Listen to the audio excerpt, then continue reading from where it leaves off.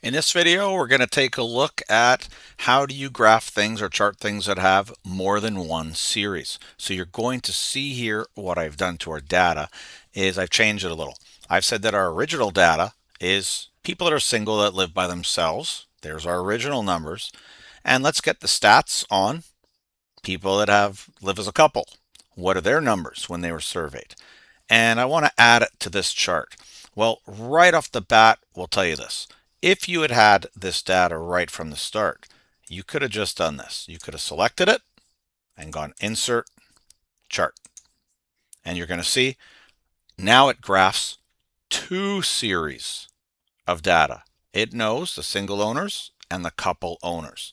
Okay, and it'll always do this really well as long as you organize the data in this kind of format that makes sense, right, to Google Sheets. And you'll sort of see how it ends up graphing this stuff out on the actual chart. It'll always give one series a color and another series a different color. Obviously, customize series. You can go and change the colors if you don't like the colors they've given you. You can pick which ones you want and then change the colors in there, right? Not too bad. Okay, and then everything else is the same for doing all the charts and labels and units and all the stuff like that. Now, let me delete this table. What happens if you already had your chart and now you're like, okay, I like it. I just want to add this extra series. So here's all you do. On your original chart, you just go to the dots, edit chart. It opens up your stuff here. And you can see on the setup, it eventually lists your data range. I'm not going to mess with this one.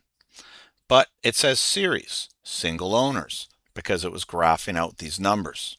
All you have to do here is add series. And when you select add series, you'll see here you have this little icon, select. When you press this, it lets you click.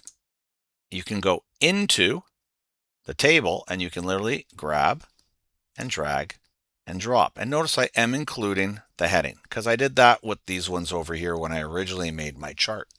So click OK, and you'll see we get the exact same result. Now we have two series. If you had another set of data, add another series, right? You have three series.